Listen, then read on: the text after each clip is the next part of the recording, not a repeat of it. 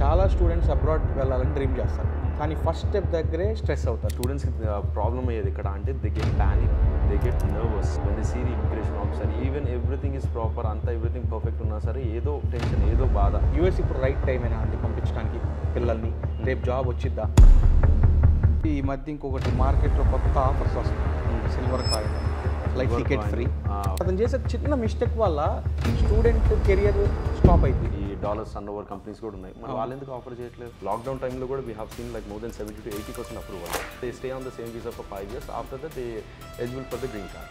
దీనివల్ల జనాలకి తెలియని సబ్జెక్ట్ ఏంటంటే నాకు ఇక్కడ వస్తుందని బెనిఫిటెడ్ అయ్యి వెళ్తున్నారు.